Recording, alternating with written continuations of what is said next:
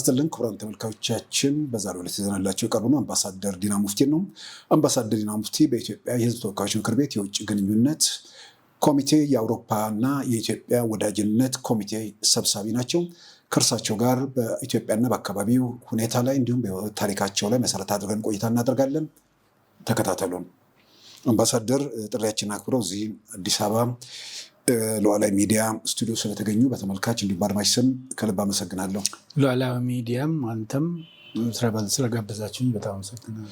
አምባሳደር ዲና እንግዲህ ትንሽ በመሀል ኢትዮጵያ የቀይ ባህር ጥያቄን መሰረት አድርገን በአካባቢ ያለው ሁኔታ አሰላለፍ፣ በተለይ ደግሞ በኤምሬትና በሳውዲ አረቢያ መካከል የተፈጠረው ሁኔታ በኢትዮጵያ የባህር በር ጥያቄ ላይ ያለውን እንድምታ ምንድን ነው የሚለውን ጭምር ያን እንዲተነትኑ ነበር በዋናነት ቀጠሮ የሚያዝ ነው። ያን ቀጠሮ ከያዝም በኋላ በመሀል ደግሞ አዲስ ሁኔታ ተፈጥሯል። የኢራን በአካባቢው ከእስራኤልና ከአሜሪካ ጋር የተፈጠረው ሁኔታ አለና ወደሱ በዝርዝር እንመጣለን። ግን አምባሳደር ዲና ሙፍቲ በኢትዮጵያ ውጭ ጉዳይ ሚኒስቴር ውስጥ ለረጅም ጊዜም አገልግለዋልና እስቲ የህይወት ጉዞውን እስቲ ስላርሶ ይንገሩኝ። ከዛ ወደ ዝርዝሩ እመጣለሁ። በጣም አመሰግናለሁ። በ1975 ዓ ም በኢትዮጵያ አቆጣጠር ከአዲስ አበባ ዩኒቨርሲቲ 6 ኪሎ የፖለቲካ ሳይንስና ዓለም አቀፍ ግንኙነት የመጀመሪያ ዲግሪን እንደያዝኩኝ ውጭ ጉዳይን ነው በ76 የተቀላቀልኩት። ውጭ ጉዳይ የተቀላቀልኩት አፍሪካና መካከለኛ ምስራቅ በሚባለው ዲፓርትመንት ነው የተቀጠልኩት። በዲፓርትመንቱ ውስጥ ሶስተኛ ጸሐፊ ሁኜ ማለት ነው። ሶስተኛ ጸሐፊ ማለት በዲፕሎማሲ ማዕረግ ከታችኛው ማዕረግ ቀጥሎ ያለው ማዕረግ ማለት ነው። በአፍሪካና መካከለኛ ምስራቅ ዴስክ ኦፊሰር ሆነን ነበር የምንሰራው። የተወሰኑ ሀገሮችን እንከታተላለን። የተወሰኑ ዓመታት እዛ ከሰራው በኋላ ወደ ኤዥያ እና አውስትራሊያ ኤዥያ የሚባል ዲፓርትመንት እዛው በውጭ ጉዳይ ስር እዛው ተቀየርኩኝ። ከዛ ከ7 ዓመት አገልግሎት በኋላ በካናዳ የኢትዮጵያ ኤምባሲ በሶስተኛ ጸሐፊነት ተመደብኩኝ።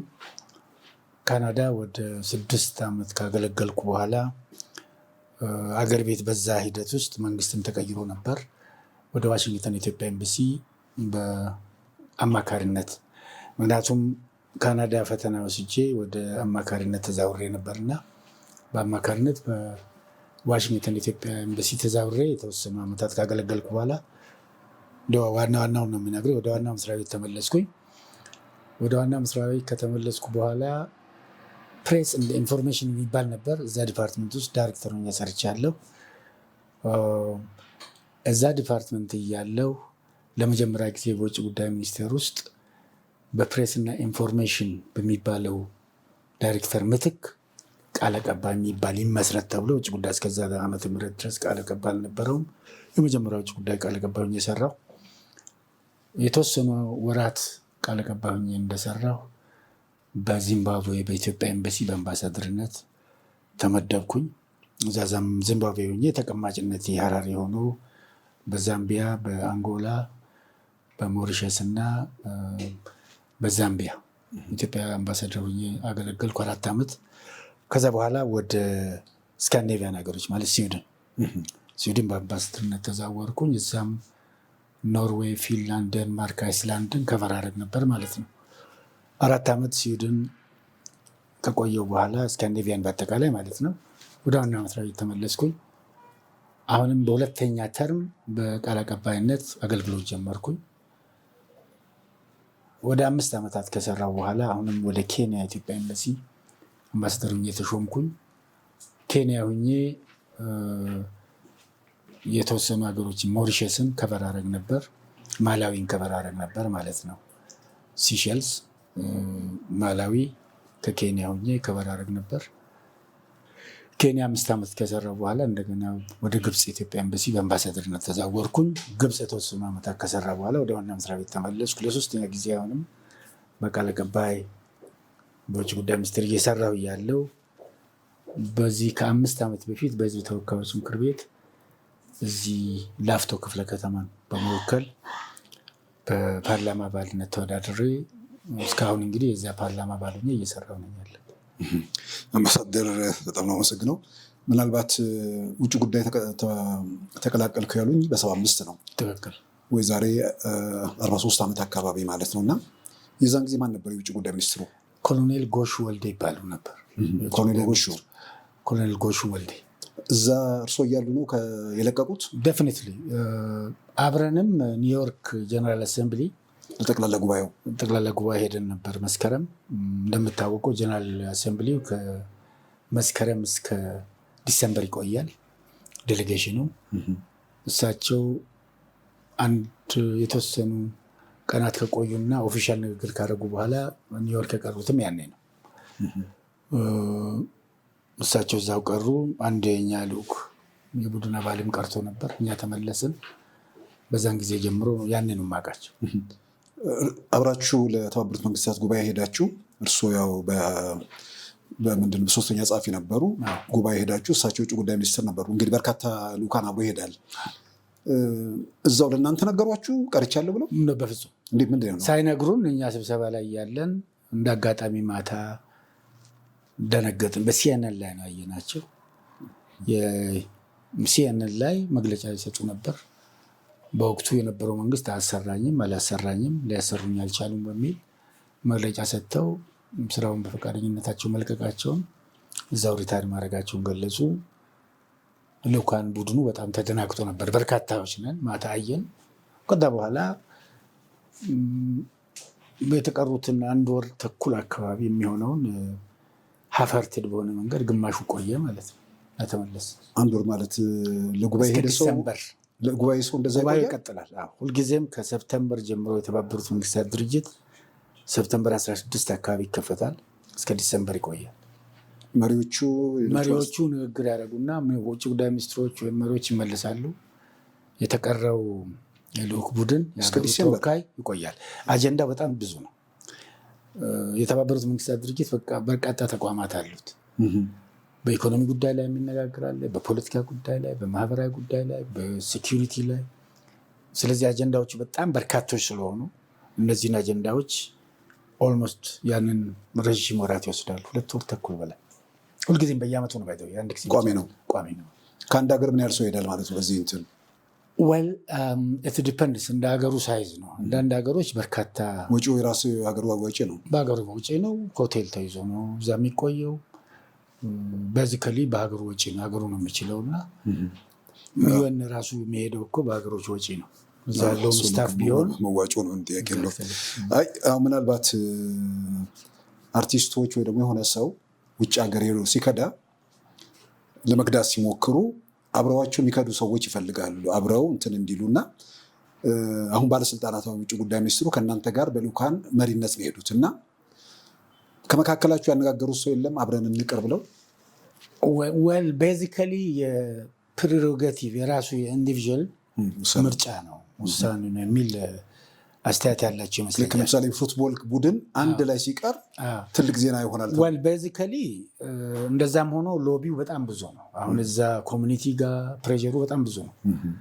ለምን ትሄዳላችሁ፣ ለምን አትቀሩም፣ ምን ሰራላችሁ የሚል ነገር በብዛት አለ። ዲፐንድስ ኦን ኢንዲቪዥዋል ሲንተን። ለአንዳንዶቻችን ውጭ ሀገር መጀመሪያ ጊዜ ነው ይሄን እዛ ያለንን ተሞክሮ ይዘን ወደዚህ ተመልሰን ለመጀመሪያ ጊዜ ነው ከሀገር የወጡት እርሶ? ኪዩሪዮሲቲ የመጀመሪያ ነው። ከኢትዮጵያ ሲወጡ እንደ ዴሌጌሽን የመጀመሪያ። አምባሳደር እንግዲህ ደግሞ እዚሁ የዲፕሎማትነት የቆዩባቸው ቦታዎች ሲያነሱ ዚምባብዌም የኢትዮጵያ አምባሳደር ነበርኩ ብለዋል እና ዚምባብዌ የቀድሞ የኢትዮጵያ ፕሬዚዳንት ኮሎኔል መንግስቱ ኃይለማርያም እዛ ነው ያሉት እና በአንድ ወቅት እርሳቸውን ለመግደል ከኤርትራና በተወሰነ ደረጃ ከኢትዮጵያ መንግስት የተላኩ መልክተኞች እዛ ጋር ተጉዘው ዜና ነበር፣ የዓለም አቀፍ ዜና ነበር እና እርሱ አምባሳደር ነበሩ? ያለ አልነበርኩ። ከዛ በኋላ ነው የሄድኩት። ኤርትራውያን ናቸው አክቹዋሊ ሊገሏቸው የሄዱት። ከኢትዮጵያ መሆኑን እርግጠኛ አይደለሁም። ከኤርትራ ነው በዋናነት ኤርትራውያኖች ናቸው። ልክ ነው። በኋላ እሳቸውም ተናግረዋል። ቤዚካሊ ከኤርትራ ሰዎች ሄደው ነበር። በጣም ይጠበቃሉ ሰውየው እና የሄድኩት ግን ከዛ በኋላ ነው። ከዛ በኋላ እርሶ በሄዱበት ወቅት ለማነጋገር የተደረጉ ሙከራዎች ነበሩ በኢትዮጵያ? ዌል ቤዚካሊ እሳቸው በጣም ይጠበቃሉ። ፕሬዚደንቱ ማስታውሰው የፕሬዚደንቱ ወንድም አሉ፣ ኮሎኔል ናቸው፣ ራሽያ ድሮ የተማሩት ጥላሁን ኤምባሲ ወዳጄ ነው በጣም ፐርሰናሊ። እዛ ነው ኮሎኔል ጥላሁን እዛ ነው የሚኖሩት? እዛ ነበር ያኔ። አጎታቸውም እዛ ነበሩ ያኔ። አርፈዋል። ጥላሁን ግን ወደ እንትን ሄደዋል፣ አይ ቲንክ ወደ ለንደን ሄደዋል። ጥላውን እናገኘው ነበር። ከሳቸው ጋር ያለው ኢንተራክሽን ትዝ የሚለኝ ልጆቻቸው አንድ ኤምባሲ መጥተው ነበር፣ ኢትዮጵያ ኤምባሲ ማለት ነው። እንደ አጋጣሚ ጦር ኃይሎች ነው የተወለዱት እና በርዝ ሰርተፊኬታቸውን አውቴንቲኬት ኤምባሲ ያደርግላቸው። እንደምታውቀው እያንዳንዱ ሀገር የተወላጅ ይሄ በርዝ ሰርቲፊኬት በሀገሩ ኤምባሲ አውቴንቲኬት መደረግ አለበት። አይ ቲንክ ልጆቹ ወደ ለንደን ዋረቨር ለንደን ሄደዋል ለመሄድ ነው። እንደ አጋጣሚ የኔ ቢሮ ፎቅ ላይ ነው፣ ታች ያለው ቆንሱላ ኤምባሲውን ቆንሱላ ጋር ነበር የሄዱት። ኤምባሲው ቆንሱላ ጋር ሄደው ኮምፒውተር ውስጥ ስማቸውን እየከተተ ነበር የሚሰራው። እንዲህ ተሰልፈው ነበርና ስማቸውን ስጠይቃቸው አንዷን ጠይቃታል። ልጁ ሲነግረኝ ነው በኋላ ማን ነው ስምሽ? ትምህርት መንግስቱ የአያትሽን ስም ስላት ዝም አሉ። ብዙ ተገልጋይ ነበር። ያቺ ማነሽ ስምሽ? ትዕግስት መንግስቱ የአያትሽ ስም። በኋላ ቆዩና ህዝብ ከሄደ በኋላ አሉ ኃይለማርያም መንግስቱ ኃይለማርያም ብለው ነገሩኝ አለ። ልጁም ደንግጦ መጣ። ጉድ ፈላ አለኝ። በጣም አልቦታል። አምባሳደር ዛሬ ጉድ ፈላ ምናምን አለኝ። ምንድን ነው? የኮሎኔል መንግስቱ ልጆች እኮ መጡ እዚህ። ትንሽ ገርበ ምን ፍለጋ ነው መጡት? የበርዝ ሰርቲፊኬታቸውን አውቴንቲኬት እንድናደርግ እና ምን አልካቸው? ምንም አላልኩም እንድትወስንልኝ ነው አለ። በኋላ ሉክ እንግዲህ ያኔ መንግስት የኢትዮጵያ መንግስት የሚፈልጋቸው አባትየውን ነው ልጆቹን አይደለም። ክራይም በአሶሲዬሽን ስለሌለ እንስጣቸው አልኩት። ትንሽ አይ አዲስ አበባ ብትደውል አምባሳደር እንዳስወቅስ ምናምን አለ። እኔ ወስነን ሰጠናቸው። በጣም ያሳዘነኝ በኋላ በነጋታው ትልቅ አበባ ይዘው መጥተው በር ላይ በኢትዮጵያዊነታችን በጣም ደስ ያለን ብለው አስቀምጠው ሄዱ። ታንኪ ብለው እንደተባለው ወንጀል በደም አይሄድም። መጀመሪያም ላይ ቢሆን አምባሳደር ማን ናቸው የመጀመሪያው በዛ ሀገር የነበሩት ፓስፖርትም ሌላም ነገር ቢጠይቁን ከልጆቹ ጋር እኛ ችግር የለብንም የሚል ነገር አስታውሳለሁ። ኖርማል ነው። ባይ ዘ ዌይ እንትን አልነበረም ሲሪየስ። ኢትዮጵያ ኤምባሲ እንደ ኤምባሲ የፕሬዚደንት መንግስቱን ጉዳይ የሚከታተልበት ሚሽንም የለው። ፎርማሊ ያው ይፈለጋል ወጥቷል ምናምን ይባላሉ ከመባሉ ውጭ ኦፊሻሊ ከሚባለው ውጭ በውስጥ እንደዚህ አድርጉ ተከታተላቸው የሚል ነገርም የለም። ሰውየውም ደግሞ አክቲቭ የሆነ ነገርም የላቸውም። አጋጣሚ እንግዲህ ደግሞ ልጆቹን እዛው ጥሩ ተምረዋል። ሶስቱም የሕክምና ዶክተሮች ናቸው። አሁን ሶስቱም ከእሳቸው ጋር የሚኖሩ አይመስለኝም። ምናልባት እየተመላለሱ ይጠይቋቸው ይሆናል። ሌላው ኬንያም አምባሳደር ሆነዋልና ኬንያ አምባሳደር በነበሩበት ወቅት ብዙ ሰው የሚያስታውሰው በኬንያ ቲቪ ላይ ወጥታችሁ ከኤርትራ አምባሳደር ጋር የተከራከራችሁት ብዙ ሰው ያስታውሰዋል። ምን ነበር አጋጣሚ ውስጥ ይል ምናልባት ሰውየውም ፐርሰናሊ በሪሴፕሽን ስንገናኝ ወዳጅ ነን። ነገር ግን እዛ ላይ የመንግስትን አቋም ነው እሳቸውም ሲያንጸባርቀው የነበረው። በየነ ሪሶም ይባላል አምባሳደር በየነ እና ተገናኘን። ቤዚካሊ የመንግስታችን አቋም ይለያያል። እኔ መንግስት አቋም ነው በዛን ሰዓት የማራምደው፣ ሰውየውም መንግስቱን አቋም ነው። እዛ ላይ ትንሽ ኮንፍሮንቴሽን ምናምን አለመግባባት ነበር። በኋላ ግን ያው ለውጥ ከመጣ በኋላ ኦልሬዲ ኤርትራ ጋር ፎርቹኔትሊ ትንሽ ወዳጅነት ተፈጥሮ ነበር አንድ ጊዜ ዘለቀም ባይመስል እና በዛን ጊዜ በጣም ሽርክ ሆን። እንደውም እኔ ወደ ካይሮ ሲቀየር የኢትዮጵያን አምባሳደር መሸኘት ያለብኝ እኔ ነኝ ብሎ ኃላፊነት ወስዶ ከአፍሪካ ሀገሮች ደግሶ ነው ወደ ካይሮ ሸኘ። የሚገርመው እሱ ብቻም አይደለም፣ አዲስ አበባን አያውቅም ይህ ሰው። ለመጀመሪያ ጊዜ ያኔ ነው በአዲስ አበባ ልክ አስመራ ሄደው እና እዚህ መጥቶ አንድ ሳምንት ቆይቶ በጣም ፕሬስድ ሆኖ ነው ሄደው። እንዲህ ትልቅ ሀገር አልመስለኝም ነበር፣ ምክንያቱም ስለ ኢትዮጵያ የሚባለውንም ነገር ከሩቅ እንጂ አያውቀው። እነ ፕሬዚዳንት ኢሳያስ እና የተወሰኑ ሰዎች ናቸው ነበር የሚያውቁት ማለት ነው። እነሱ እንግዲህ ለዩኒቨርሲቲ ትምህርት ምናምን አዲስ አበባ ነበር። የሚነግሯቸው ነገር የተለየ ነገር ነው። ኔጋቲቭ ነው ፖርትሬት ሲያደርጉ የነበረው። በተለይ አዲስ አበባ ከተማ ደግሞ ሞሮለስ እንዳሁንም ባይሆን የተነቃቃች መጣችበት ጊዜ ነው የነበረው እና በዚህ ያለፈው በጣም ገርሞታል። እንደዚህ አይነት ትልቅ ከተማ አላችሁ፣ ትልቅ ሀገር ነው። ምክንያቱም አሳንሰው ነበር ለኤሊቱም ሲነግሯቸው የነበሩት። ይህም በሽታ ካይሮ ውስጥ ያለው ስለ ኢትዮጵያ ለግብጾች ለአቨሬጅ ኢጂፕሽያን የሚነገረውና እውነታው ፖለቲከኞች የሚያውቁት የተለያየ ነገር ነው። እንደምታውቀው ስለ ናይል የሚባለው ነገር የተለያየ ነው፣ እናወራዋለን። እና ይሄ ነው የነበረው ማለት ነው። ህብረተሰብ ውስጥ ብዙ ጊዜ እንደውም የግብፅን ብቻ ሳይሆን በአጠቃላይ አረቡ ሙስሊሙ ዓለም አካባቢ ኢትዮጵያ ውስጥ ራሱ እስላም መኖሩን እንኳን እንደዛ አይነት ጥያቄ አይቀበሉም፣ እንደሌለ አድርገው የሚወስዱት። ሁለተኛ ለምሳሌ ከአባይ ወንዝ ብንነሳ ናይል የሚሉትን አንድ ፕሮፌሰር ትዝ ይለኛል ካይሮ የሆነ ሪሰፕሽን እንዳጋጣሚ ኤምባሲያችንም ያለው ናይል ላይ ነው። ካይሮን አይተን እንደሆነ ወንዙ ለሁለት ያቋርጥ ባህር ነው የሚመስለው፣ መርከብ ይሄድበታል።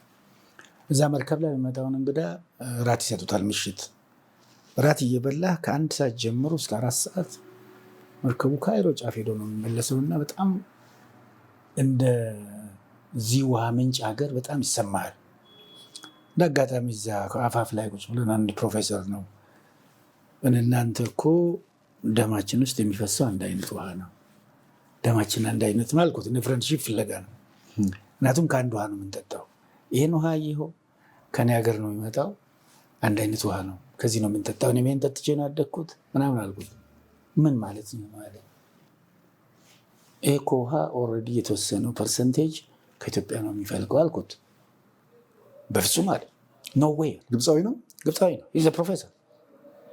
እዚህ እኮ ግፋብል እዚህ ሱዳን ጠረፍ ላይ ምናምን ከዚህ ነው እኮ የሚፈልቀው እንጂ ምን has nothing to do with your country, this is ours። እሱ ነው እኮ ኢጅፕት is Nile, Nile is Egypt የሚሉት እስከዚህ ነው። አደንቆረውታል ህዝቡ። እንዳልከው ደግሞ ኢትዮጵያ ውስጥ ክርስቲያን የሚባል ነገር ማነው እስላም የሚባል ነገር ቶለረብል አይደለም፣ በፍጹም የለም ብለው ነው የሚነግሯቸው። እና እንትን ነው የኢሊቱ ይሄ ገዢው መደብ ህዝቡን ይዞ ለመሄድ የሚያደርገው ነገር ነው። ባይዘወይ ስለ ህዳሴ ግድብ ከተጀመረ በኋላ ነው ይሄንን ማውራት የጀመሩ። ኢትዮጵያ ልትወስድ ነው፣ ኢትዮጵያ ልትይዝብን ነው ምናምን የሚሉት እንጂ ከዛ በፊት ነው። ይሄ ፕሮፌሰር ለአንድ ፌሎሺፕ እዛ ሄጄ ነበር 2 ወር እና የሚገርም ነው። እንግዲህ ምናልባት ያው ግድቡ ሲገደብ አሁን የህልውና የምናምን ጉዳይ ሲሆን ሁሉም ሰው ትኩረት አድርጎ ማሰብ ጀመረ። የዛን ጊዜ ታሪኩንም በደንብ ማወቅ ውስጥ አሁን አወጡት። በቃ አሁን ኢትዮጵያ ልትገድብ ነው ልትይዝ ነው ምናምን የሚሉት ነገር ውሃው እኮ ከኢትዮጵያ አይፈልቅም ብላችኋል ነበር፣ የት ወዳ ነው ኢትዮጵያ የት ደርሳ ነው ታዲያ እዚህ ግብፅ ውስጥ መታ ነው ወይ የሚለው ነገር ሁሉ እንዳይነሳ እንትን ነው የማደንቆሪያው እንትን ኢሊቱን ኃይለኛ ነው የህዝቡ። ወደ ዋናው ጉዳያችን እንገባለን። ግን እንደው የፓርላማው የውጭ ግንኙነት ኮሚቴ የሚባለው ከኢትዮጵያ ውጭ ጉዳይ ሚኒስቴር ጋር ምንድን ነው የፓርላማው የውጭ ግንኙነት ኮሚቴ እና በውጭም ዓለም አለ ምንድን ነው አሰራራቸው? ምናልባት ቤዚካሊ እንደ ማንኛውም የተወካዮች ምክር ቤት ያው ፓርላማ እንደምታውቀው ሌጂስሌቲቭ ነው። የሚወጣውን ህግ አውጪ ነው። የሚወጣውን ህግ ያያል፣ አተገባበሩንም ይገመግማል። አሁን ከውጭ ጉዳይ ጋር ሬጉላርሊ ግንኙነት አለን። ኖርማሊ ውጭ ጉዳይ እቅድ በየአመቱ የሚወጣውን እቅድ የመስሪያ ቤቱን እቅድ እናያለን፣ ኢቫሉዌት እናደርጋለን። ይሄ ይጨመር ይሄ ይቀነስ የሚል ሀሳብ ካለ እናዳብረውና እንሰጣቸዋለን። የእቅዱን አፈጻጸም ደግሞ ውጭ ጉዳይ ሪፖርት ያደርጋል በየአመቱ በየጊዜው ማለት ነው። በአመቱ 2-3 ጊዜ እሱን ኢቫሉዌት እናደርጋለን። ኦቨርሳይቱ እሱ ነው። ስለዚህ ግንኙነቱ ጠንካራ ነው። መጀር የሆኑ አክቲቪቲዎች ላይ ውጭ ጉዳይና የውጭ ግንኙነት ኮሚቴ ይገናኛሉ። የፍሬንድሺፕ ኮሚቴ የሚባለው ደግሞ በፓርላማ ውስጥ ከሁሉም ሀገሮች ጋር የወዳጅነት ቡድን አለ። እኔ አሁን የሚመራው የዚህ የአውሮፓና የኢዩም ቢሆን ለኖርዝ አሜሪካም ሌላ ኮሚቴ አለ።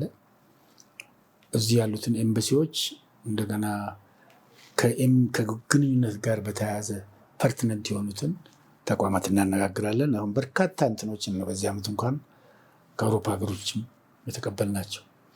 የፓርላማ ቡድን አባላት የውጭ የወዳጅነት ቡድን አባላት አላቸው ብዙዎች የአውሮፓ ሀገሮች። አሁን ከጀርመን፣ ከፖላንድ፣ ከብዙ ሀገሮች ተቀብለናቸው ሄደን እዚህ እናናግራቸዋለን። ልምድ እንቀያየራለን። በሌጂስሌቲቭ ደረጃ ያለውን ልምድ ከዛም ወጣ ባለ ሁኔታ በሁለቱ ሀገሮች መካከል ያለውን ግንኙነት እንዴት ማጠናከር ይቻላል በተለያየ ሴክተር የሚለውን ነገር እናወራለን። ስለዚህ ባይንላርጅ ምንድነው የፓርላማው የውጭ ግንኙነት ከውጭ ጉዳይ ጋር ያለው ግንኙነት የኦቨርሳይት ነው። አንዱ ኦቨርሳይት ነው፣ አብሮ መስራትና ይሄ ነው። አምባሳደር እንግዲህ በዋናነት ኢትዮጵያ ቀይ ባህር ጥያቄ አንስታለች። የቀይ ባህር ጥያቄ እና ደግሞ በሌላ በኩል በህዳሴው ግድብ ሳቢያም ከግብፅ ጋር እንዲሁም በተወሰነ ደረጃም ከሱዳን ጋር መወዛገቦች አሉ። ሱዳን ውስጥ ከተፈጠረው ግጭትም ጋር ተያይዞ ደግሞ ያው በኢትዮጵያና በሱዳን መካከል ጤናማ ግንኙነት እንደሌለ በግልጽ ይታወቃልና በቅርቡም ሱዳኑ አምባሳደር የሱዳን የውጭ ጉዳይ ሚኒስቴር ከኢትዮጵያ የሚነሱ ድሮኖች ደብድበውናል የሚሉ ነገሮች ተነስቷልና አጠቃላይ አካባቢው ላይ ያለው ሁኔታ መሰረት አድርጎ ምናልባት የኢትዮጵያ የባህር በር ጥያቄና እነዚህ ሁኔታዎች በተለይ ደግሞ ቀደም ሲልም እንዳነሳሁት በአካባቢው ላይ የእስራኤል የዩናይትድ አረብ ኤሚሬት እና የሳዑዲ አረቢያም ፉክክር አለ። አሁን ደግሞ የኢራኑ ጦርነት መጥቷል።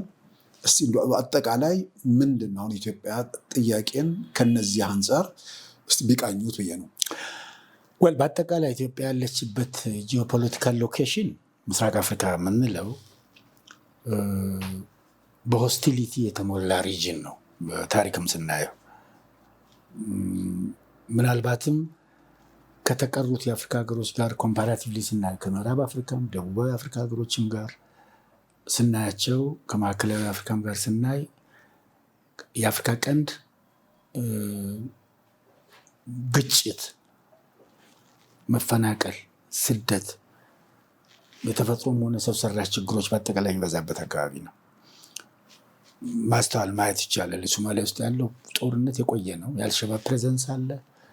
ይሄ ሶማሊያን ኦልሬዲ ከሞላ ጎደል በአራት ዋና ዋና እንትኖች ከፍሏታል። ዛሬ ሶማሌላንድ፣ ፑንትላንድ፣ ጁባላንድ እያለ መቅዲሾ ለብቻ ቁጭ ያለበትና ይሄ ደግሞ በአልሸባብ ምክንያት ሰላም ያጣበት እርስ በርስም ደግሞ የጎሳ ግጭቶች የሚስተዋሉበት አካባቢ ነው ያለው። ሱዳንም እንደዚሁ ለሁለት ተከፍሎ የምናየው ነው ዛሬ RSF የሚሉትና የሱዳን መከላከያ ሆኖ ሱዳን ለሁለት ተከፈለችበት አካባቢ ነው። ምናልባት ሬላቲቭሊ ኬንያ ናት እዚህ አካባቢ የተረጋጋች አካባቢ። ሱዳንንም ደቡብ ሱዳንም አካባቢ የተረጋጋ ነው ለማለት በጣም አስቸጋሪ ነው የሚሆነው። ጅቡቲ በአካባቢዎቹም ሆኑ ራቅ ያሉ ትላልቅ ሀገሮች ሚሊተሪ ቤዝ የመሰረቱባትና አንዳንዴም አስቸጋሪ ነው። ነፃ ሀገር ናት ወይ ይህች ሀገር ብሎ ለማለት ሁሉ የሚያስቸግርበት ሁኔታ ነው ያለው። ጅቡቲ ካለው ፕሬዘንስ እና ሌሎች ኢንትረስት አካባቢ ማለት ነው። ስለዚህ ቀንድ አፍሪካ የምንለው እውነትም ቀንዳም ነው፣ የሚዋጋ ነው፣ የበሬ ቀንድ ማለት ነው።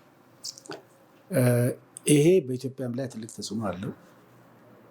ምክንያቱም በአፍሪካ ቀንድ የሚስተዋሉት ሰው ሰራሽና የተፈጥሮ ችግሮች በእኛም ውስጥ አሉ። እኛም ውስጥ ችግሮች አሉ። እነዚህ ችግሮች ከሞላ ጎደል በቀንድ አፍሪካ ካሉት ችግሮች ጋር ተመጋጋቢ ናቸው። ኤርትራ እዚህ አካባቢ ያለውን ነገር እንዴት እንደሚጫወትበት እናውቃለን። ከሁሉ በላይ ደግሞ በህዳሴ ግድቡ የተነሳ ግብጾች ከላይ ተነስተው እዚህ አካባቢ ጨዋታ እንደሚያደርጉ እናውቃለን። ግብጾች ደግሞ በታሪክ እንደምታስታውሰው በኢትዮጵያ ውስጥ የሚደረጉትን እንቅስቃሴዎች ከሞላ ጎደል ከሁሉም ጀርባ ናቸው ያሉት። የነበሩትም አዲስ አይደለም። ቅርጹ ይቀየራል፣ አይነቱ ይቀየራል፣ ይዘቱ ይቀየራል፣ ወዳጅነቱ ይቀየራል እንጂ ከመጀመሪያው ጀምሮ በኢትዮጵያ ውስጥ የተስተዋሉት ድሮ በወታደራዊ መንግስትም ጊዜ በአፄ ኃይለሥላሴም ጊዜ በኢትዮጵያ ውስጥ የነበሩት የተለያዩ እንቅስቃሴዎች ከጀርባቸው ግብጾች ኢንዋን ዌይ ኦር አናዘር አሉ። ይሄ ከፍተኛ እንቅስቃሴ የሚታይበት አካባቢ ነው። ከፍተኛ ቀውስ የሚታይበት አካባቢ ነው። ስደት የሚታይበት ነው። የተፈጥሮ ችግርም በዛው ልክ አለ። ክላይሜት ለውጥ ያስከተለው የጎርፍ የሚስተዋልበት፣ ረሃብ የሚስተዋልበት፣ ምክንያቱም በግጭቱ ምክንያት ምርት አይስተዋልም፣ ምርት አይገኝም፣ ምርት የለም፣ የተረጋጋ ህይወት የለም፣ የተለያየ እንቅስቃሴ የለም። ስለዚህ ይሄ በእኛ ላይ ትልቅ ኢምፓክት አለው። በኢትዮጵያ ብሔራዊ ጥቅም ላይ፣ በኢትዮጵያ ህልውና ላይ፣ በአጠቃላይ በኢትዮጵያ እድገት ላይ ይሄ በሪጅኑ የሚስተዋሉት ነገሮች በሙሉ ያላቸው ተጽዕኖ በጣም ከፍተኛ ነው የሚሆኑት። ይሄው እያለ ነው እንግዲህ አንዳንድ ጥሩ ነገሮች የሚስተዋሉት አሉ። ለምሳሌ ህዳሴ ግድብም ከመጀመሪያው ጀምሮ ያለፉት 14 ዓመታት ቻሌንጆች ነበሩት። በዋናነት ከግብፅ ደግሞ እዚህ አካባቢ ያሉትን ኃይሎች የተለያዩ ኃይሎችን በተለያየ ሽፋን በማንቀሳቀስ በኢትዮጵያ ላይ ጫና በመፍጠር አሁን ደግሞ እንደ ሌላ ብሔራዊ አጀንዳ የተስተዋለ የተነሳው የባህር በር ጉዳይ አለ። እሱንም ቻሌንጅ ለማድረግ የሚደረጉ እንቅስቃሴዎች አሉ። በአጠቃላይ እዚህ ውስጥ ቀንድ አፍሪካ ካለው ችግር ጋር ሌሎች ደግሞ ሊደምሩ የሚችሉና ይህን ችግር የሚመግቡ አለ። አሁን መካከለኛው ምስራቅ ዛሬ የምናየው ነገር ቅድም ያነሳው እስራኤልና ቀደም ሲል በፍልስጤምና እስራኤል መሀል የነበረው ግጭት አሁን ደግሞ በስፋት ዳይሜንሽኑን በጣም እያሰፋ የመጣው እስራኤልና አሜሪካ በአንድ በኩል ምዕራባውያንም ከሞላ ጎደል በዚህ በኩል የሚስተዋሉበት፣ እዚህ ደግሞ ኢራን ቆማ ከኢራን ጀርባ ደግሞ በቅርበትም በርቀትም የምስራቅ ሀገሮች ድሮ ይባሉ የነበሩት እነ ሩሲያ እነ ቻይና ምናልባት ሰሜን ኮሪያ ሌሎችም እንደዚሁ አካባቢ የሚታዩበት ሁኔታ ነው ያለው። ይህም እዚህ ያለውን ኢምፓክት አለው በእኛ ጉዳይ ላይ። ምክንያቱም ፔኒንዙላ አካባቢ የሚንቀሳቀሱ የንግድ መርከቦች አሉ። እዚህ አካባቢ ይሄ ኢምፖርት ኤክስፖርት ላይ የሚኖረው ተጽዕኖ በጣም ከፍተኛ ነው የሚሆነው። በሰላምም ላይ የራሱ ተጽዕኖ አለው። ስለዚህ በአጠቃላይ በዚህ በምስራቅ አፍሪካ ያለው እንትን ራቅ ካሉትም እንቅስቃሴዎች ጋር የተቆራኘ እና ራቅ ያሉ እንቅስቃሴዎችም እዚህ የሚመግቡት ብቻውን ያልሆነ በየጊዜው እየተቀያየረ የሚሄድበትና ምናልባት ወዴት ሊሄድ እንደሚችል መተንበይ አስቸጋሪ የሆነበት ሁኔታ ነው።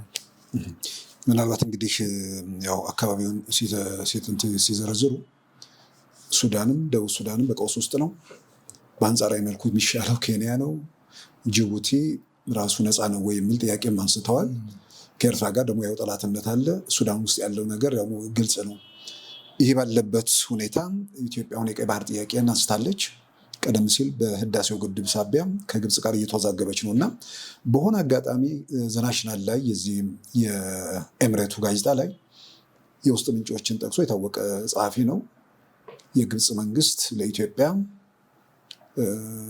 በዚህ በህዳሴ ግድብ ላይ ያላትን አቋም ካለሳለሰች እኛ ደግሞ በቀይ ባህር ላይ መውጫ እንድታገኝ የራሳችን አስተዋጽኦ እናደርጋለን የሚል ነገር ተነስቶ በኋላ ላይ ማስተባበያ ተሰጥቷል። ማስተባበያ ግን ሲሰጥ የግብፅ ባለስልጣናት ቀጥታ እከሌ የሚባል ሰው አልተናገርም።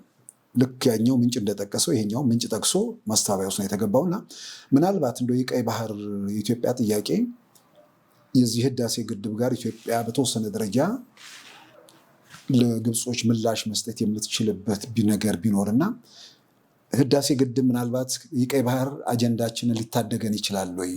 ከግብፅ ጋር ለረዥም ጊዜያት ሲንከባለል የቆየውን ነገር ለመፍታት የሚያስችል ነገር ይኖራል። ምናልባት ከግብፅ ጋር ያለውን ነገር መቋጫ ነገር እንደው እንደ አንድ ዲፕሎማት ነው ጉዳዩን በቅርብ እንደሚያክሰው ከግብፅ ጋር በህዳሴ ግድብ ዙሪያ የተፈጠረው ችግር ዘለግ ያለ እድሜ ያለው የቆየ ነው። ህዳሴ ግድብ ገና ሲጀመር ግብጾች እንዳይጀመር ነው መጀመሪያ ሲሉት የነበረው። በፍጹም ይህን ውሃ የነካ ግብፅን የነካ ነው፣ ጦር ይመዘዝበታል ነው። በኋላ ስንጀምረው የተወሰኑ ዓመታት 1 ዓመት 2 ዓመት አካባቢ ውሸት ነው፣ ኢትዮጵያ አቅም የላትም፣ ምንም ያደረገችው ነገር የለም ነበር ይባል የነበረው። በኋላ እንትን እያልን ስንመጣ በፍጹም ይህን መስራት አትችሉም፣ የግብፅን ጥቅም ይጎዳል በሚል መንቀሳቀስ ጀመሩ። ኢትዮጵያ በየጊዜው ኦፈር ስታደርግ ነበር። መጀመሪያው ጀምሮ አንድ አጠቃላይ አቋም ነው የነበረው። የህዳሴ ግድብ ግብፅን አይጎዳም፣ እንዲጎዳም አንፈልግም። ውሃው ምናልባት ታርባይኑን መጥቶ ለኢትዮጵያ ኤሌክትሪሲቲ ጀነሬት ያደርግ ይሆናል። እንደውም ጠቀሜታም አለው።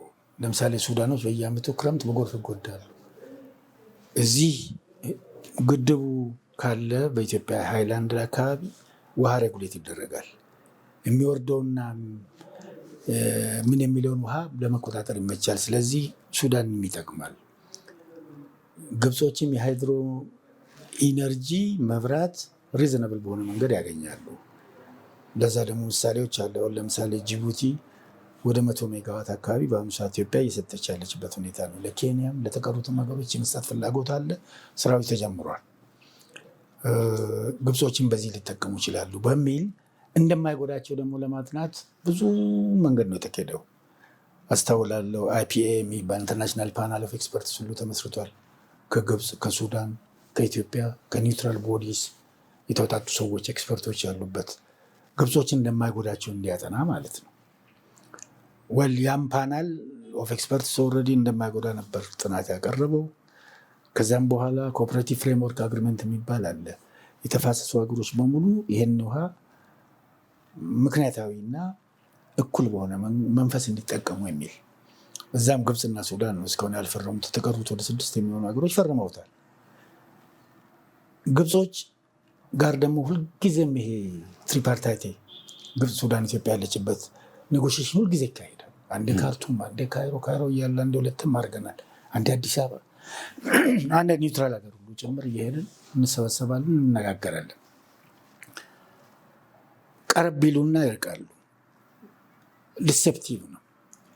ቤዚካሊ ይሄ ግድብ እንዲሰራ አይፈልጉም ነበር። የመጀመሪያ ሙሌት ላይ በፍጹም አትሞሉም፣ ከሞላችሁ ችግር አለ በሚል ሲፎክሩ ቆዩ። ሞላን። ሁለተኛ ሙሌት፣ ከዛ በኋላ ተጠናቀቀ።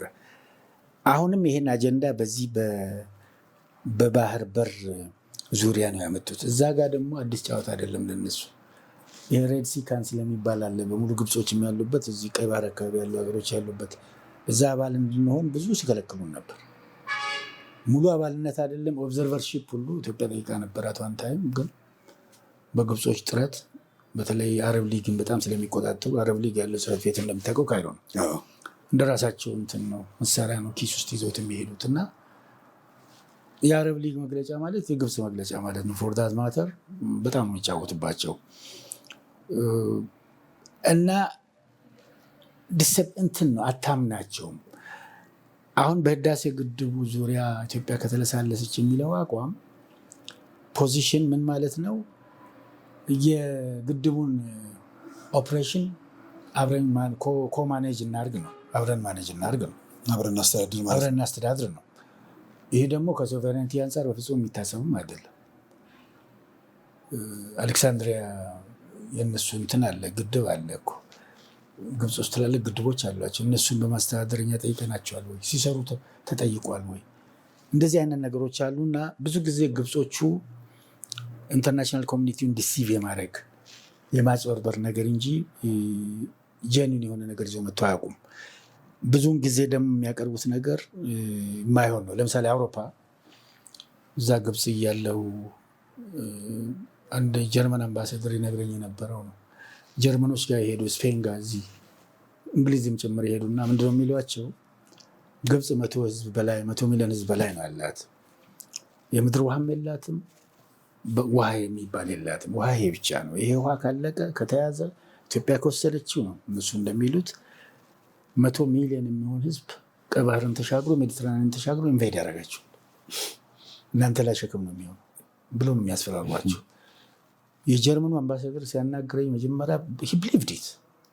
እኛ እኮ ለራሳችን ነው ማይ ብራዘር አለኝ። አንዴ ምን ማለት ነው 100 ሚሊዮን ህዝብ ተሻግሮ እዚህ ጋር እኮ ጀርመንን ከያዘ ጀርመን እንደ ህዝባችን እኮ ችግር ላይ ይወድቃል። እስከዚህ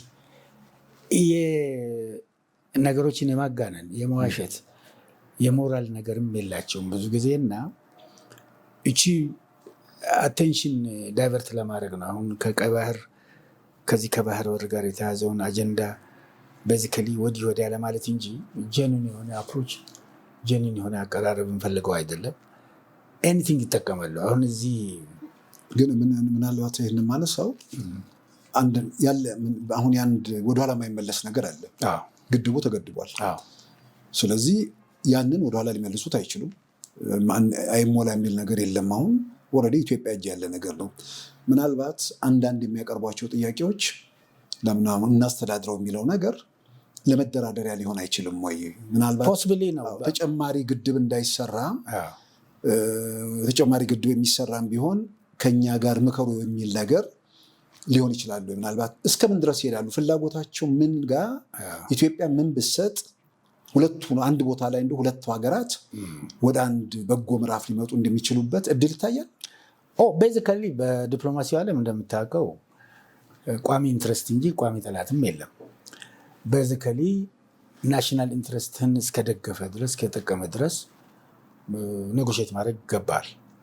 አሊያንስም እንደምታውቀው እየተቀያየረ ያለበት ሁኔታ ነው። ትላንት ወዳጅ የነበሩ አብረው ሲዋደቁ የነበሩ ሀገሮች ዛሬ እርስ በርስ ሲፋለሙ የምናይበት ሁኔታ ነው ያለው እና አይተናል። ደግሞ ይህን አሁን አይደለም ሁለተኛ ዓለም ጦርነት፣ በአንደኛ ዓለም ጦርነት ከዛም ወዲህ በየጊዜው እየተቃየረ ይሄዳል እና ኢትዮጵያም ጋር በአንድ ነገር ላይ ዝም ብሎ ድርቅ ብሎ የመቅረቱ ነገር አቲቲዩድ አቀራረብ አያስፈልግም። ዴፊኒትሊ በዚህ ደረጃ መሰራት የለበትም። ፍሌክሲቢሊቲ መኖር አለበት። ኦፖርቹኒቲው ካለ ብሔራዊ ጥቅም ባልጎዳ ልክ ጠቅሞ መጠቀም ችግር የለውም። ሰጥቶ መቀበል ምንም ችግር የለውም። ዚስ ኢዝ ዋት ዲፕሎማሲ ኢቲክሱ እሱ ነው። ሰጥቶ መቀበል ነው። ጊቭ ኤንድ ቴክ ነው ማለት። አሁንም ኮንፍሮንቴሽን ውስጥ ለመግባት፣ አሁንም ግጭት ውስጥ ለመግባት፣ አሁንም እርስ በርስ ጥላቻ ውስጥ መግባቱ የሚጠቅም እንዳልሆነ በደንብ መታወቅ አለበት። ምክንያቱም ከልምድ አይተናል። ይህን ነገር በየጊዜው እያለሳለሱ መሄድ ጥሩ ነው የሚሆነው፣ ነገር ግን ጥንቃቄ ይፈልጋል ነው። በተጠና ሁኔታ፣ ጥንቃቄ በተሞላበት ሁኔታ የረዥም ጊዜ የአጭር ጊዜና የመካከለኛ ኢንትረስታቸውንም ከግምት ባስገባ ሁኔታ የእኛን ብሔራዊ ጥቅም በተንከባከበ ሁኔታ ይህን ነገር ማስፈጸም የሚቻልበት እድሉ ካለ አሁንም ነጎሼት ለማድረግ ምንም ወደኋላ አንልም። በዚያ እንትኑን እነሱ ናቸው ከወካውት ያደረጉት ትሪፓርታይቴ ሶስትዮሽ ድርድር በየጊዜው ሲቅርብ ጊዜ ነበረች። የዛሬ ዓመት ወጡ። በቃ ኦልሬዲ ሁለተኛ ሙሌት ሲያልቅ ተስፋ ቆረጡ። ነገሩ እንደማይሆን አዩ። በህዳሴ ግድብ ኢትዮጵያ እንደማትቆም አዩ፣ ወጡ። አሁንም ሌላ ድርድር እንግባ እዚህ ከባህር በርም ጋር ይሁን ከሌላ ጉዳይ ጋር አብረን እንስራ የሚልም ነገር ከመጣም ዋናው አብሮ መስራት ምንም ችግር የለውም። ምናልባት እንግዲህ አንዳንዶች የሚያነሱት ነገር አለ። ምናልባት ታላቁ የህዳሴ ግድብ ለኢትዮጵያ በተወሰነ ደረጃ በቀይ ባህር አጀንዳዋ እንደተወሰነ እንደሚጠቅም ነገር አድርጎ የሚመለከቱም ሰዎች አሉ። ምክንያቱም ግብፅ ኢትዮጵያን የምትጠይቀው ተጨማሪ ግድብ የመገንባት ጉዳይ ነው። ያ ተጨማሪ ግድብ ግንባታን በተመለከተ 100% አትገንቢ የምትል አይመስለኝም። ግን በግድቡ ላይ በተጨማሪ ግድብ በግብፅ ላይ ተጽዕኖ እንዳያደርግ በእሱ ላይ እንነጋገር የሚል ነገር ከመጣ ደግሞ ኢትዮጵያ ደግሞ ሌላ የ100 ምናምን ሚሊዮን ህዝብ መውጫ ፍለጋ አለ እና በዛ በኩል እርጅኝ የሚል ነገር ቢመጣ እንደገናም ደግሞ ይሄንን የቀይ ባህር የኢትዮጵያን አጀንዳ የአካባቢ ሀገሮች ለምሳሌ ኤርትራ ራሷ አንዳንዴ ትንሽ ለሰው ማስገራሚ የሚሆነው ኤርትራ የሉዓላዊነት ጥያቄ ታነሳለች። ሶማሌላንድ ተሄዶ ከሶማሌላንድ ጋር ችግሩን ለመፍታት ኢትዮጵያ ስትጥርም እዛ ጋም ትቃወማለች እና እስቲ እንደው በዚህ ዙሪያ ይሄም በጣም አስፈላጊ ነው።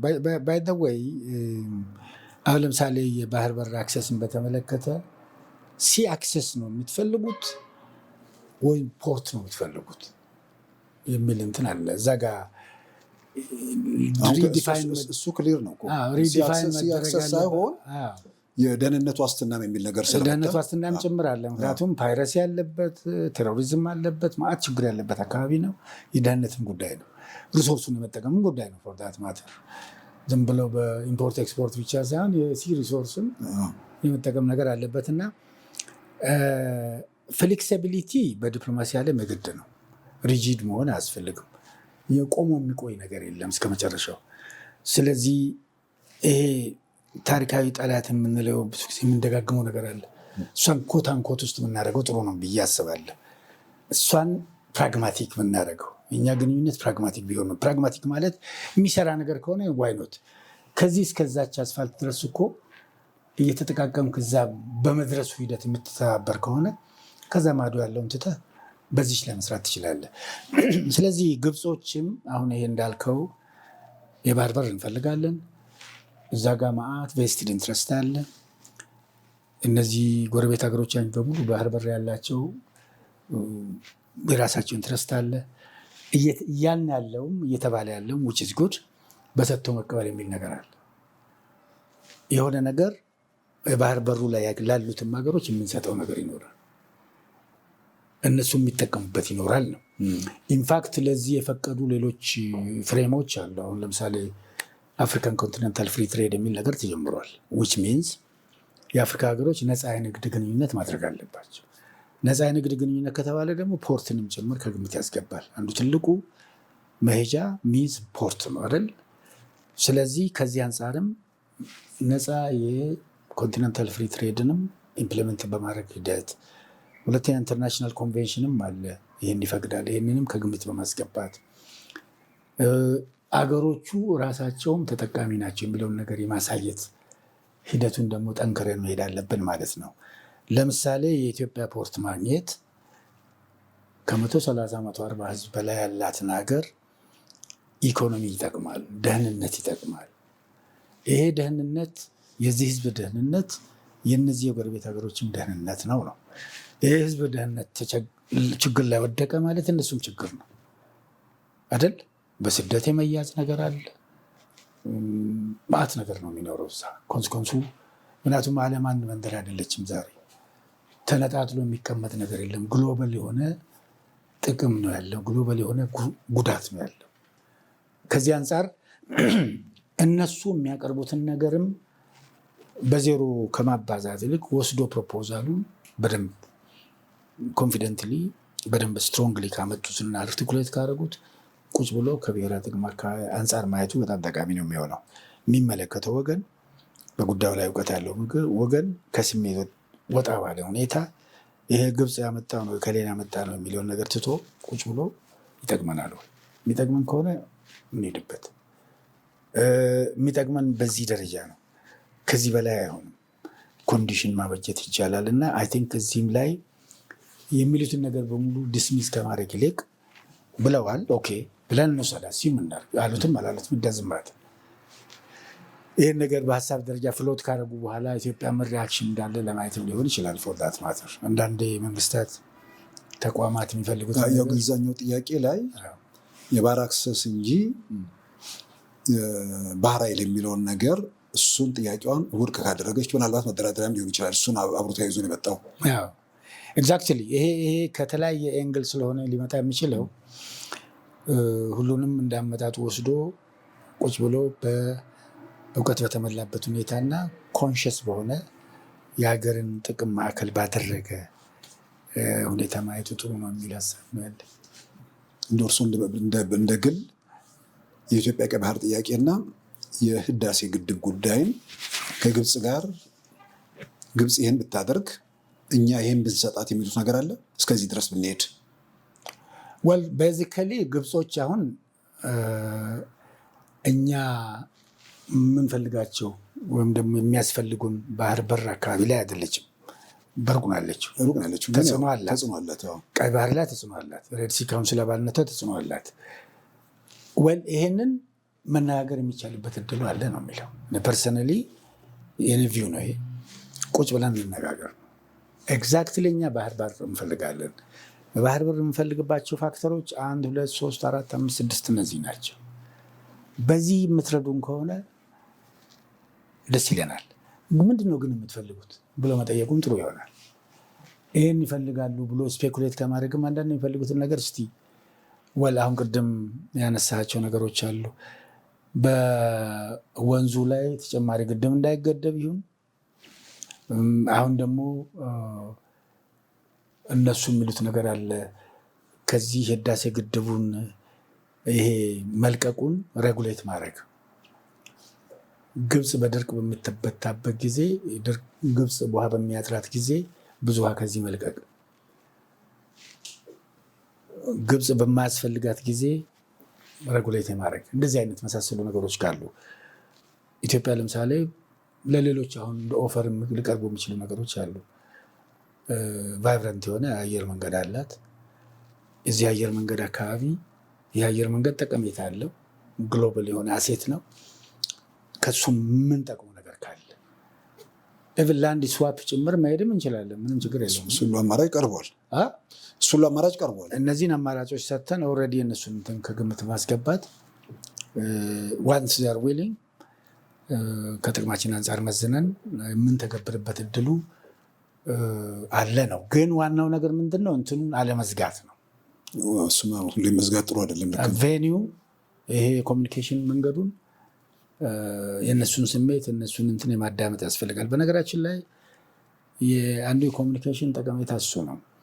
ሌላው ስለኛ የሚያስበውን በጣም ማዳመጥ ያስፈልጋል። እኛ ስለሌላ የምናስበውን ነገር ሆኖ ሌላው ስለኛ ምን ያስባል፣ ምን እያለ ነው የሚለውን ነገር ከፍተን የማዳመጥና አንዳንድ ነገሮች እንዳይደበቁ በድብቅም እንዳይሰሩ እድል አለው እንዲወጣ ማድረግም ይቻላል። አብኖርማል የሚመስል ነገር ኖርማል እንዲመስል ማድረግ ይቻላል። ኢሬጉላር የሚመስል ነገር ሬጉላር ሆኖ ሚዲያ ላይ እንዲቀርብ ማድረግ ይቻላል። ስለዚህ ይህንን ጨዋታውን ሰፋ አድርጎ ሜዳውን ሰፋ አድርጎ ሶፊስቲኬትድ በሆነ መንገድ ከተጫወት ዲፕሎማሲ ጨዋታ ማለት ነው። ሆፕፉሊ ብሔራዊ ጥቅማችንን በደንብ ማስጠበቅ እንችላለን ብዬ አስባለሁ። እንግዲህ ምናልባት የባህር በር ያው በአካባቢ ያሉ ሀገራት ሁሉ አላቸው።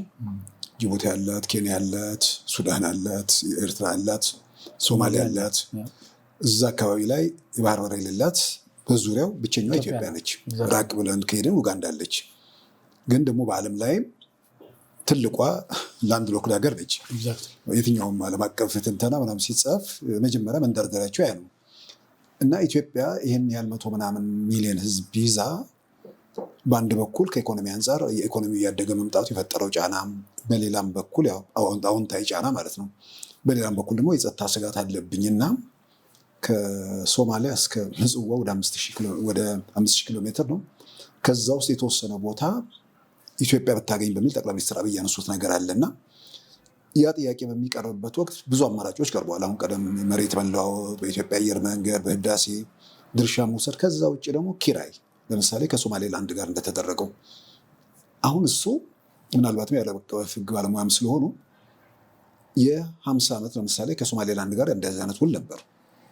በ50 ዓመት ውስጥ ውል ከታሰረ በዛ ጊዜ ውስጥ ግዛቱ እንደ ኢትዮጵያ ግዛት ነው አይደል የሚታየው።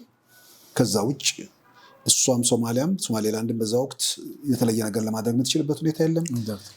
የኢትዮጵያም ከ50 ዓመት በኋላ ደግሞ የኔ ነው ብላ ወይ ደግሞ እንደ በይዞታነት ይዛ ልቀጥል አትችልም። ይሄኛውን መንገድ ለምሳሌ እንደ ኤርትራ ካለ ሀገር ጋር ይህም አማራጭ ቀርቧልና ምንድን ነው የሚጎዳቸው?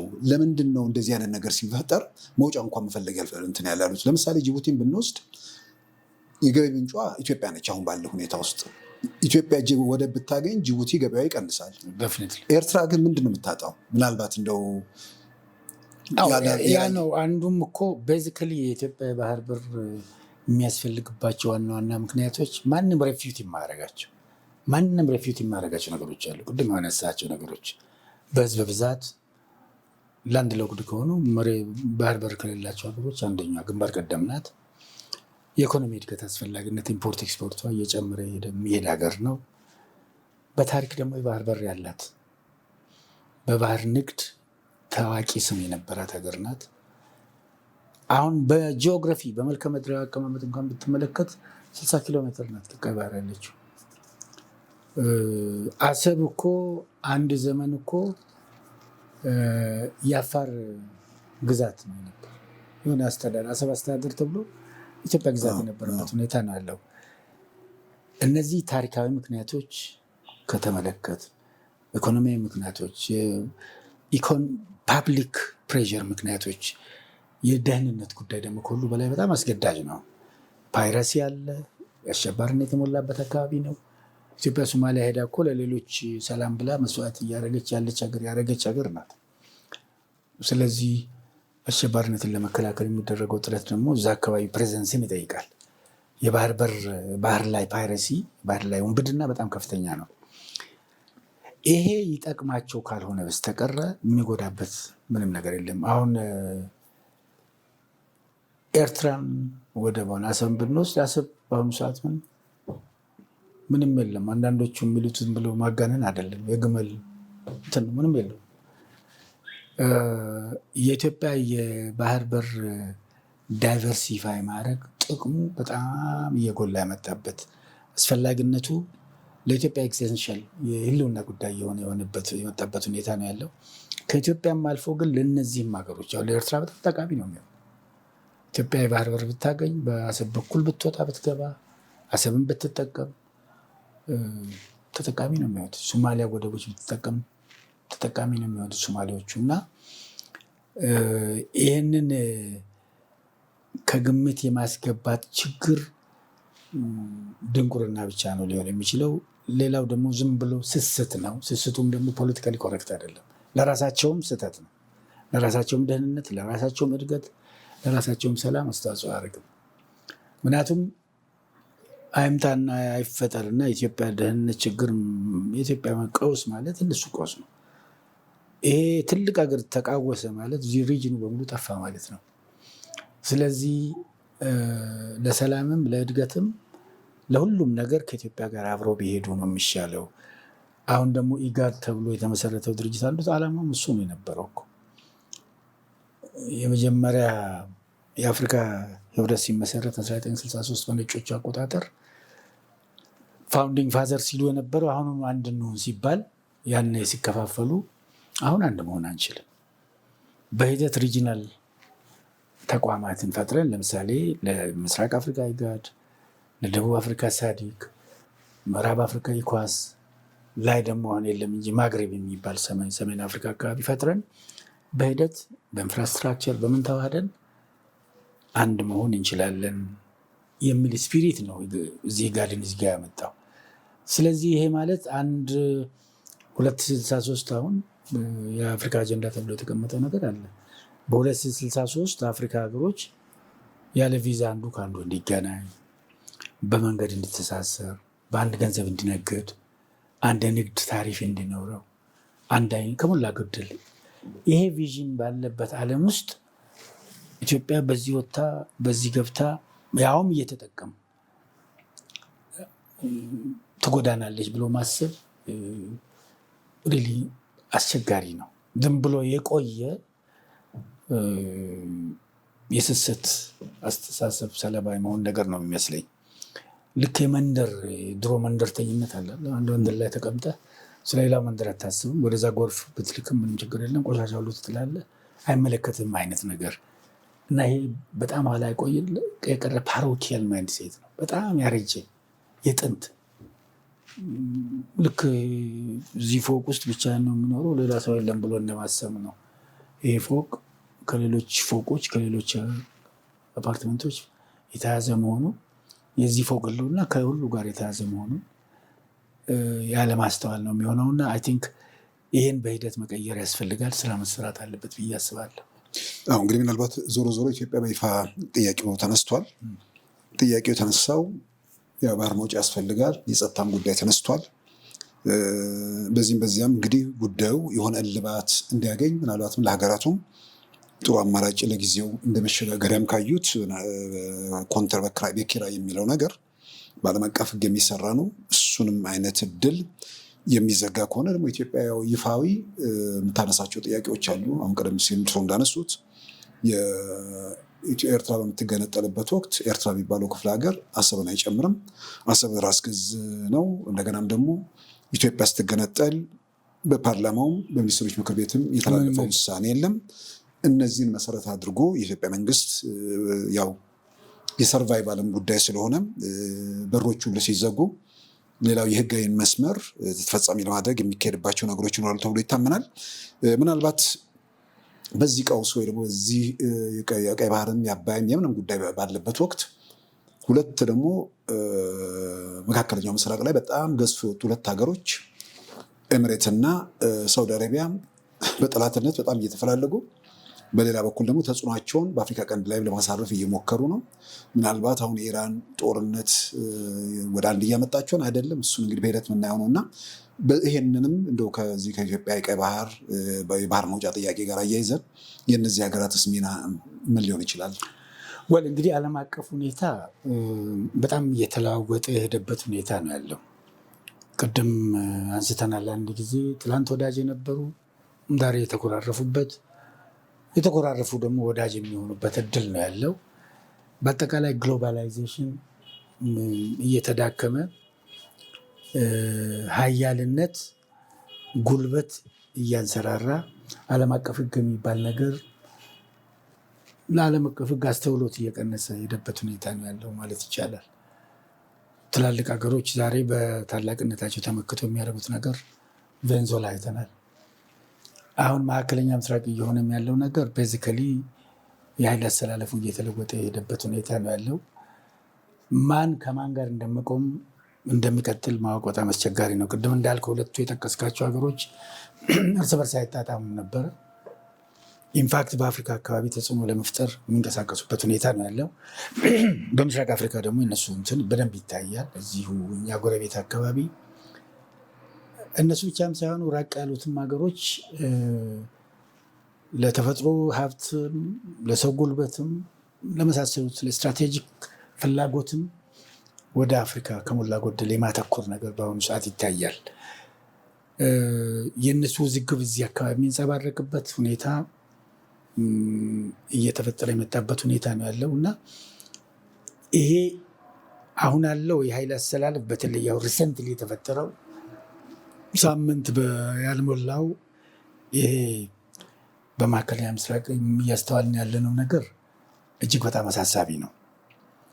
ኒውክሌር የያዙ በተባበሩት መንግስታት ድርጅት የጸጥታ ጥበቃ ምክር ቤት ውስጥ በድምፅ መሻር መብት ያላቸው በኢኮኖሚም በቴክኖሎጂም የበላይነት ያላቸው የዓለም ሀያላን የተባሉት ወገኖች ናቸው። ከሞላ ጎደል ሁለት ጋር ተከፍለው እርስ በርስ እየተፋጠጡ ያለበት ሁኔታ በፊት በዩክሬን ላይ ነበረው አለ።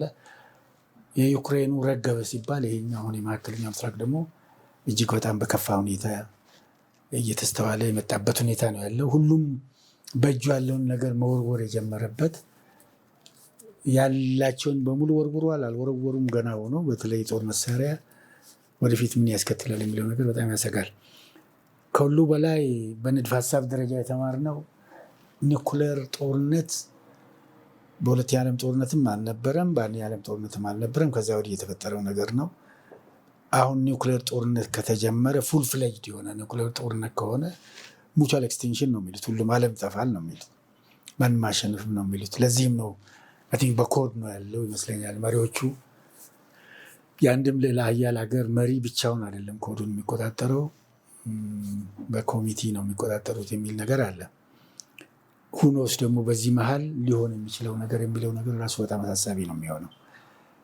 አሁን እየተጠቀሙበት ያለው መሳሪያ አይነት በየጊዜው ሶፊስቲኬሽኑ እየጨመረ የሄደበት ማን ምን ሊያደርግ ይችላል የሚለውን ነገር መገመት ሁሉ ነገር የተገማች የሆነበት ሁኔታ ነው ያለውና በዚህን ጊዜ ጥንቃቄ የተሞላበት ግንኙነት ነው። እንደኛዎቹ አይነት ታዳጊ ሀገሮች ደግሞ የአጠቃላይ የዓለም አቀፍ ሂደት ሰለባ ነው የሚሆኑት እንጂ ተጽዕኖ ፈጣሪ ሊሆኑ የሚችሉበት እድሉ የለም። ነገር ግን ዓለም አቀፍ ሁኔታው ወዴት ያመራል የሚለውን ነገር በቅርበት ከመከታተል ውጭ ግን አሁን ያሉት ኢሚዲየት ተጽዕኖዎች አሉ። አሁን ለምሳሌ በእኛ ዜጎች ላይ በመካከለኛ ምስራቅ ከፍተኛ ኔጋቲቭ ኢምፓክት ነው ያለው። ዜጎቻችን የተቸገሩበት የጠንካራ ሀገሮች ምናልባት ሊወጡ የሚችሉበት እድል እያመቻቹ ያሉበትና የእኛ ዜጎች ግን ችግር ላይ ሊወድቁ የሚችሉበት እድሉ በጣም ከፍተኛ ነው። ምክንያቱም በመካከለኛ ምስራቅ በርካታ ህዝቦች አሉ። አሁን የገቢ ወጪ ንግዱም ላይ በተለይ ነዳጅ የሚሄድበት አሁን የሆርሙዝ ሰርጥ መዘጋት የሚቀጥል ከሆነ ታዳጊ ሀገሮች ላይ እኛም ላይ ያለው ኢምፓክት በጣም ሲቨር ነው የሚሆነው። ሌላም ሸቀጥ አካባቢ ሊመጣ የሚችለው ስካርሲቲ እንደዚሁ ይታያል። ይህን ነገር እንደው በአጭሩ ቢቀጭ ይሻላል ከሚል ውጭ ምንም አስተያየት ሊኖረኝ እንግዲህ ለመተንበይም ለመገመትም የሚያስቸግሩ ነገሮች ናቸው። ምናልባት አካባቢ ኢትዮጵያም ጋር በአካባቢ ኢትዮጵያ የሱዳኑ የአልቡርሃንና ሄሜቲ መካከል ያው በጣም ወደ ጫፍ የወጣ ሁለቱም ወደ መንግስትነት ወይ ደግሞ ወደ ሀገርነት ለመውጣት የሚያደርጉት የሚመስሉ ነገሮች አሉ። ሶማሊያ ውስጥ እንግዲህ እንደተባለው 91 ጃንዋሪ ነው እንግዲህ ሀገሩ የፈረሰው። እስካሁን ድረስ መጠገን አልተቻለም። የሶማሌላንድ ያው እውቅና ማግኘቷ ከእስራኤል ጋር የተፈጠረው ነገር እንደው አጠቃላይ በአካባቢ ያለውን ነገር እንደው ገምግሞ አሁን ኢትዮጵያ ነው የባህር ዳር ጥያቄ ከግብጽ ጋር ያለውንም የህዳሴን ጉድብ እንትን አድርጎ እንደው እንደማጠቃለያ ቢሆን ይህን ለማየት ደግሞ እንዲህ ብናደርግ የሚሉት እንደ መፍትሄ የሚያስቀምጡት ነገር አለ። ምናልባትም ለመገመት የሚያስቸግር እንደሆነ ስላነሱ ግን ዝም ብሎ በጥቅል እንደው እንደ ኢትዮጵያ ይሄ አህጉራዊ ዓለም አቀፋዊ አካባቢ ተግዳሮቶችን ለመቋቋም የሚያስችለውን የውስጥ አቅም ለመፍጠር መጣር ነው። በተቻለ መጠን የውስጥ ሰላም፣ የውስጥ እድገት፣ የውስጥ ጥንካሬ መፍጠር ትልቅ ትኩረት ያስፈልገዋል። ማንም ሀገር ይሄ ያስፈልገዋል። እኛም እሱን ነው የሚያስፈልገን። ዓለም አቀፍ ተግዳሮቶችን ለመቋቋም ናሽናል ፓወር መገንባት ነው። ተጽዕኖ ለመፍጠርም ሆነ ለመደመጥም ከዛ ላይ ሊመጣ የሚችለውን ተጽዕኖ ለመቋቋም የውስጥ ጥንካሬ ያስፈልጋል። አሁን በተለይ በሰላም ረገድ አሁን በዚህ በዲያሎግ ኮሚሽን የተጀመሩ ነገሮች ውጤታማ ቢሆኑ አገርን የለያዩ ችግራችን መሰረት የሆኑ ነገሮችን ሩት ኮዝ መፍትሄ ሰጥተን ይሄ ለዘለመናት ሲያናቁረን የነበረውን ነገር ከውስጥ ኦቨርካም ማድረግ አንዱ መፍትሄ ይመስለኛል። ሁለተኛው ግን የሚመለከታቸው ተቋማት አይ ቲንክ ሚዲያ እዚህ ላይ ስራ መሰራት ያለበት ይመስለኛል። እንደናንተ አይነት ሚዲያዎች ምንድን ነው በሪጅኑ እየተካሄደ ያለው የሚለውን ነገር ከጎረቤት ሀገሮች ተነስቶ የኃይል ሚዛኑ ምን ይመስላል፣ ማን ከማን ጎን ነው ያለው፣ ማን ኢንትረስቱ ምንድን ነው የሚለውን ነገር በጎረቤት ሀገሮች ደረጃ፣ በአፍሪካ ህብረት ደረጃ አልፎም ደግሞ መካከለኛ ምስራቅ አሁን እርስ በርስ እየተዋጉ ያሉትን ሀገሮችን ፍላጎት ከግምት ባስገባ ሁኔታ በየጊዜው ክትትል አፕዴት ራስን የማድረግና መረጃ የመያዝ መረጃውን ደግሞ አናላይዝ የማድረግና በትክክል የመፍታት የትኛው ነው በእኛ ላይ ኔጌቲቭ ኢምፓክት ያለው፣ የትኛው ግጭት ነው በእኛ ላይ ግጭቶች የሌሎች ግጭት ፖዘቲቭ ኢምፓክት ይኖራሉ ብሎ መገመት አስቸጋሪም ቢሆን ግን አንዳንዴ ይሆናል። ግን የማይቀር ከሆነ ግን የትኛው ኢቨንት ነው በእኛ ብሔራዊ ጥቅም ላይ ሳማው የተሻለ አሴት የሚኖረው የሚለውን ነገር መስራት፣ ይህን የመከታተል የመገምገም 24 ሰዓት ዓለም አቀፍ ሁኔታዎችን ይህንን ዳይናሚዝም በንቃት የመከታተል ስራ መሰራት ያለበት ይመስለኛል። በዋናነት የውስጡ ከተሰራ እና በውጭ ደግሞ እንደዚህ አይነት ክትትሎች በሁሉም የህብረተሰብ ክፍሎች በተለይ በሚዲያ ትልቅ ትኩረት ሊሰጠው ይገባል። ዲፕሎማቶች፣ ሲቪክ ሶሳይቲ፣ ሁሉም የህብረተሰብ ክፍሎች በዚህ ጉዳይ ላይ ስራ ከሰሩ አትሊስት ቆም ብሎ ችግርን ቢሆን ለማሳለፍ የሚቻልበት እድል አለ። አምባሳደር ዲና በጣም አመሰግናለሁ። ታንኪ ዩ። ክቡራን ተመልካቾቻችን ከአምባሳደር ዲና ሙፍቲ ጋር ያደረግነውን ቆይታ በዚሁ ያጠናቀናል። አምባሳደር ዲና ሙፍቲ ኢትዮጵያ ከቀይ ባህርና ከህዳሴ ግድቡ ጋር ተያይዞ ያለው እንዲሁም በወቅቱ ያለውን የሀገራት አሰላለፍ፣ የኢራን ጦርነትና ሌሎች ጉዳዮችን መነሻ ማድረግ ከአምባሳደር ዲና ሙፍቲ ጋር ያደረገውን ቃለ ምልልስ በዚሁ ያጠናቀናል። ጤና ይስጥልን።